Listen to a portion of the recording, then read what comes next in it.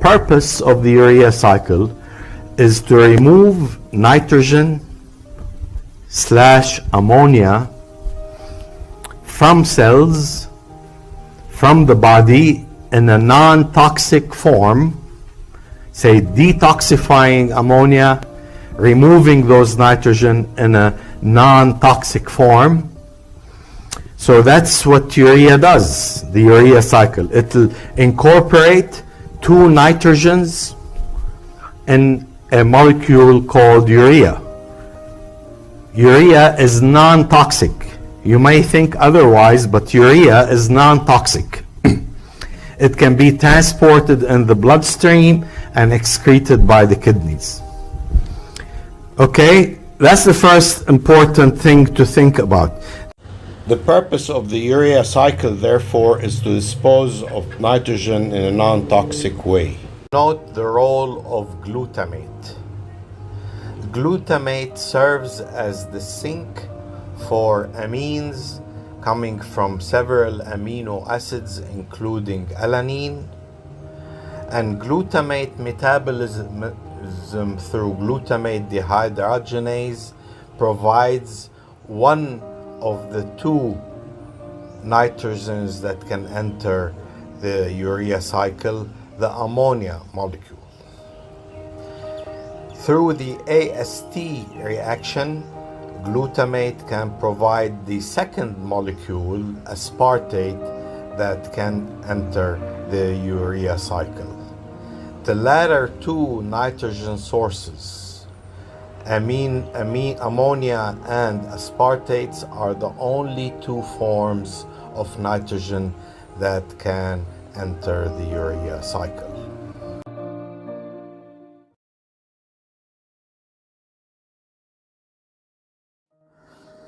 When ammonia is produced in the liver, it is easily detoxified by incorporating it into the urea molecule through the urea cycle. However, ammonia can also be produced in many peripheral tissues locally, and it could be quite toxic to these tissues.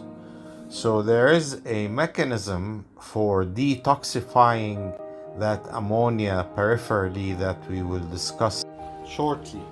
There are many sources of ammonia can be produced in peripheral tissue, and that includes metabolism of nitrogen containing molecules, including nucleotides, catecholamines, other nitrogen containing molecules that, when metabolized, will produce ammonia in peripheral tissue.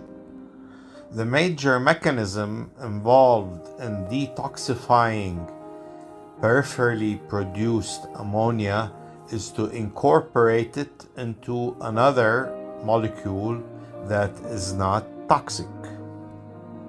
Peripherally, ammonia can be condensed with glutamate to form the amino acid glutamine. This is catalyzed by glutamine synthase, present in many tissues. The incorporation of ammonia into glutamine detoxifies it and puts it in a form that is easily transportable. The glutamine formed can be released into the bloodstream and can be picked up by either the liver or the kidney. In the liver, glutamine can be broken down by glutaminase, and the ammonia released from glutamine can easily be detoxified by incorporating it into urea through the urea cycle.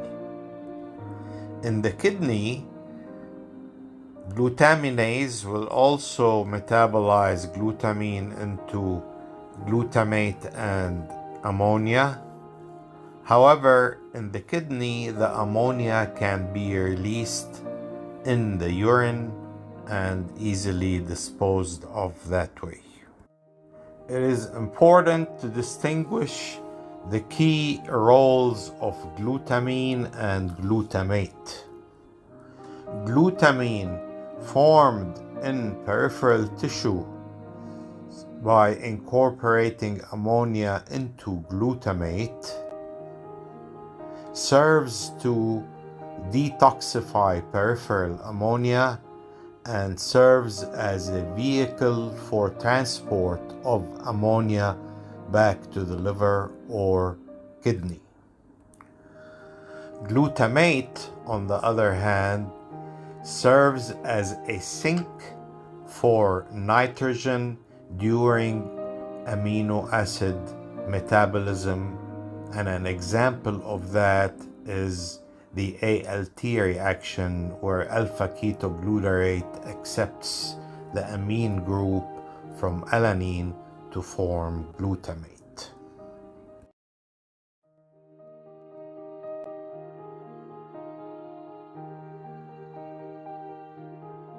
So this is really just a quick thing here. I want you really to get the big picture, okay? The big picture is that amino acids are the main source of nitrogen coming from, say, protein degradation or protein from the diet. But I want you to think about, as I mentioned before, here's one. If you have ammonia produced in the muscle, it will be converted to glutamine by condensing with glutamate by glutamine synthase and transported to the liver. The muscle can also transport other or release other amino acids. Alanine, again in the bloodstream, goes to the liver. In the liver, you can get alanine going through ALT to form glutamate, or glutamine can be broken down in the liver to form glutamate.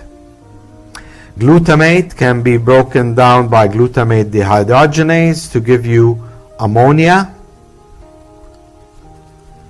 Glutamate can be converted to aspartate, and both aspartate and ammonia can enter the urea cycle.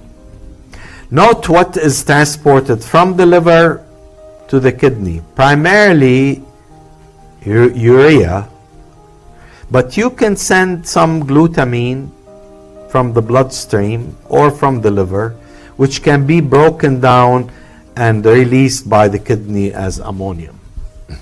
Okay, so that's important. That's an important for acid-base buffering in urine. If you like this video, please subscribe. Thank you.